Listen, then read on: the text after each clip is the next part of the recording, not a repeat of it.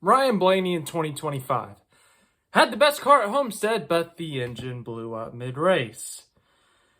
Made what seemed to be the race-winning pass with just a handful of laps to go at Darlington before Kyle Larson wrecked himself.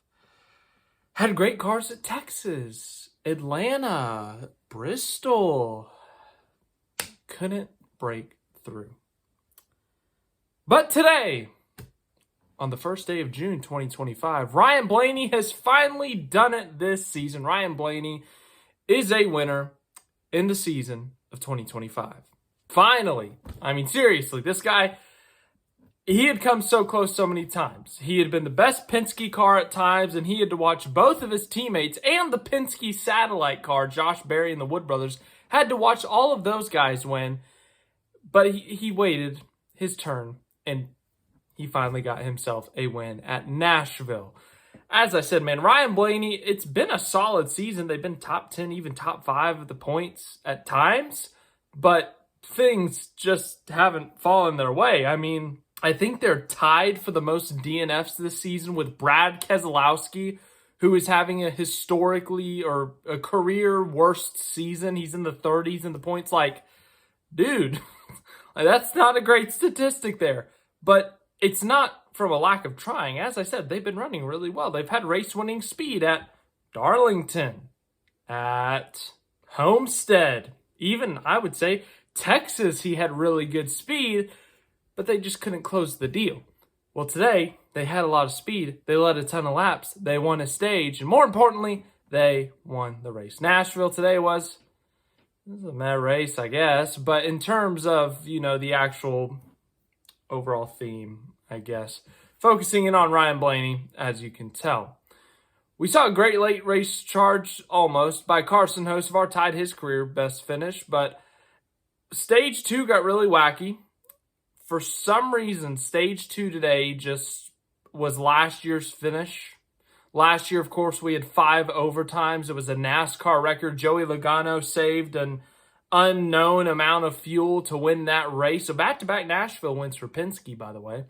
But point being, there was all these wrecks, all this chaos at the end. We did all that in Stage 2 today. We had Ricky Stenhouse Jr. and Carson Hocevar get into it. We had a couple of restart incidents, one with Eric Jones and Christopher Bell. At one point, Shane Van Gisbergen was yelling, or not yelling, but he was cursing about Kyle Busch. Like, there was a lot that happened in Stage 2 that it was very random. But then, like, Stages 1 and 3 were, like, completely normal, nothing crazy, nothing bad. It was just really weird. At one point, there was threat of weather, but it never materialized. So, I mean, it was kind of a weird but, like, uneventful race for the most part. So I guess we can just, go over to the results here. Ryan Blaney's your winner. Picks up his first win of the season. This is, oh my goodness, how many winners have we had this year? Blaney, Hamlin, Logano, Byron, Larson, Bell, Chastain, Cindric, Berry. I think that's it. 9 different winners this season. So we've gone over halfway, but as we talked about earlier in the year, this is not really a surprise. This isn't a shock winner. This isn't like Harrison Burton winning at Daytona. We expect Ryan Blaney to win. Not only to win multiple times this season and be a championship contender. This is a big day, not just for Ryan Blaney, but for Team Penske. All 3 of their cars, plus their satellite car, as we mentioned earlier, the Wood Brothers car of Josh Berry, are in the playoffs. Penske has essentially taken up a quarter of the playoff field, and it's been June for 21 hours, 22 hours, let's call it. I think if we round up, it's 22 hours of June. So Team Penske's had a great start to the year. They've won with all their cars. They've had some speed. I think if it wasn't for the Cindric penalty, all 3 Penske cars would be in the top 10 in points right now. Ryan Blaney, once again, looking like one of the championship favorites. Like, he's in that mix with Larson and Bell and all of them.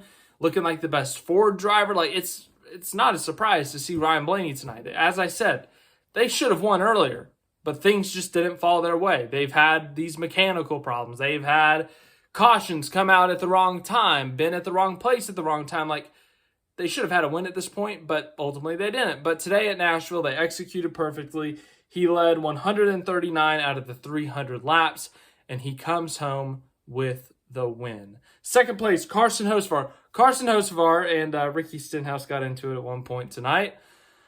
Hocevar sent it in there early in the race. Ricky Stenhouse kind of blocked it in a sense, and, well, Stenhouse's day was ruined. That was that. But Hocevar ran in the top 10 for the back half of this race. They were about 6th, I want to say, at the beginning of the pit cycle. Somehow, some way, they jumped everyone in the cycle. At one point, they were closing in on Ryan Blaney. They cut it to like under 2.5 seconds. And it was like, oh my God, he could kind of make this interesting. Wow. As I said, that was about it. He got to 2.2, I think, at one point, and that was the closest he got to Blaney. Hamlin was right behind him for a good chunk of the final stage or that final run, but it was so hard to pass tonight for the most part that, yeah, Hocevar second. So he ties his best career finish, his second runner-up of the season. Remember Atlanta back in February. But for Hocevar and the 77 team, they have been running great as of late. One of the best cars at the 600 last week. Another great run tonight. And you got to remember, intermediate tracks is where they have shown their speed so far this week, or so far this year. Where do we go next week? That's right, another intermediate track, Michigan. So we'll see how they do there. We've seen first-time winners at Michigan before. Can Carson Hocevar add his name to that list? Third place, Denny Hamlin. He was on baby watch tonight.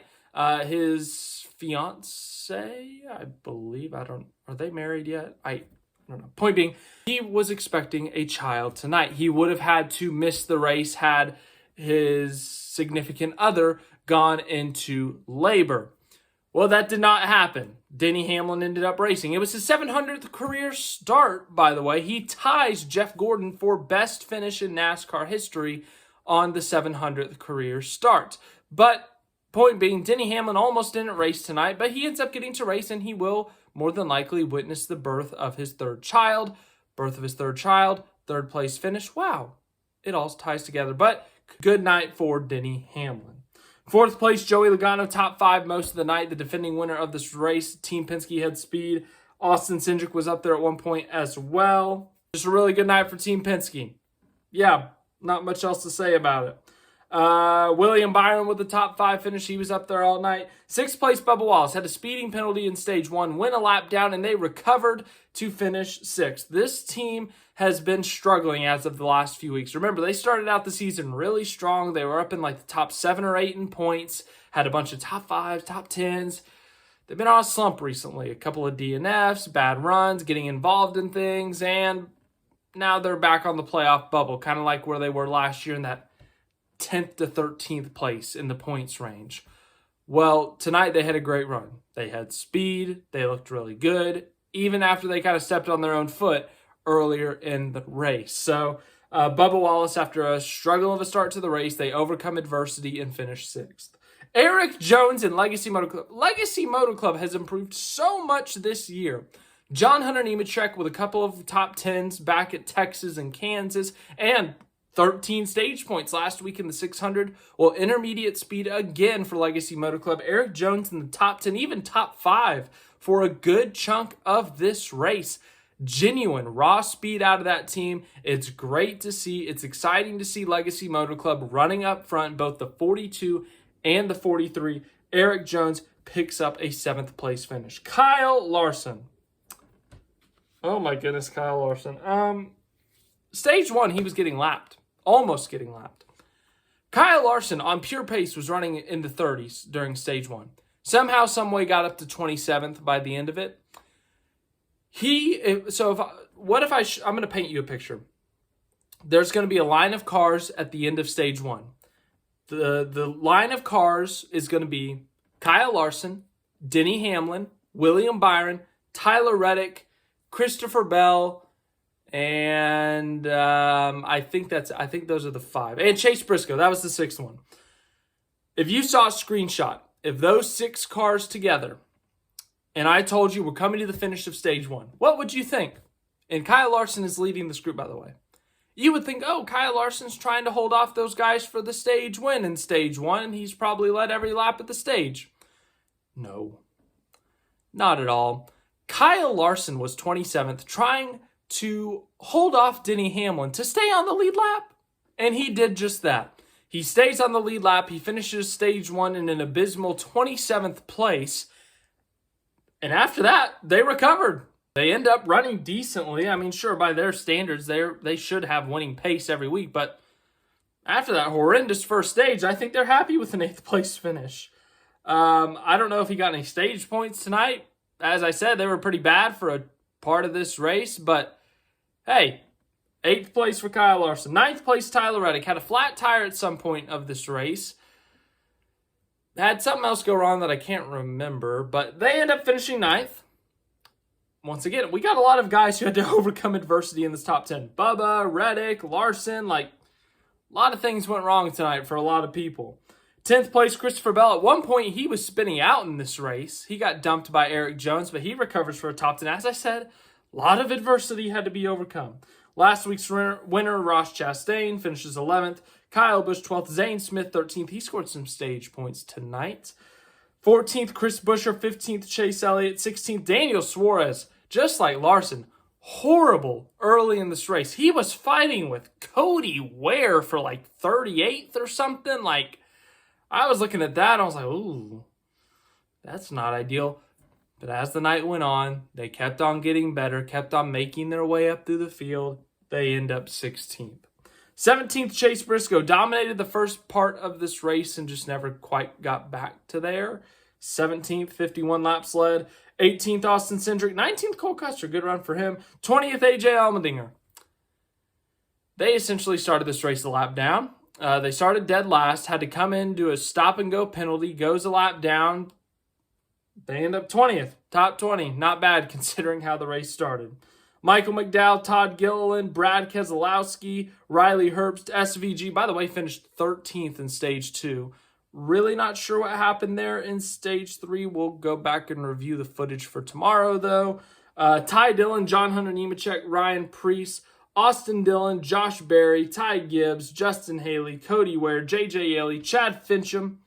Alex Bowman was involved in a wreck. He was a part of that Stage 2, just chaos. And he ends up coming back out on the track, making up a couple of positions, and he finished 112 laps down. Corey Heim just straight up wrecked himself tonight.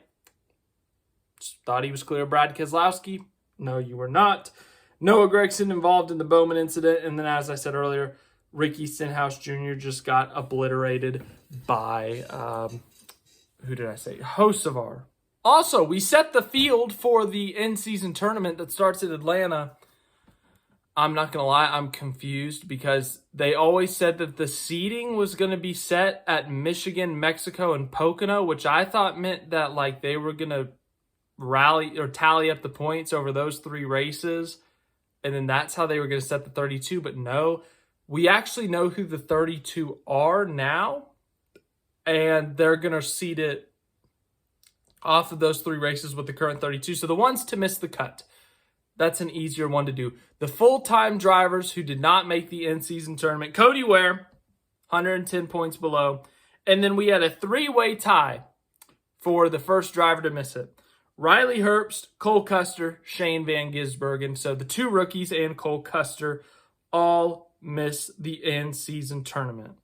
But as I said in Nashville, kind of just a race. There was one moment of the race. I think it was Blaney, Hamlin, and Byron had a great battle for the lead. Outside of that, we had a crazy Stage 2. So that was neat, I guess. But yeah, that's all I got. Tomorrow we'll do the Monday after, as always. Hope you enjoyed this video. I'll see you guys in the next one.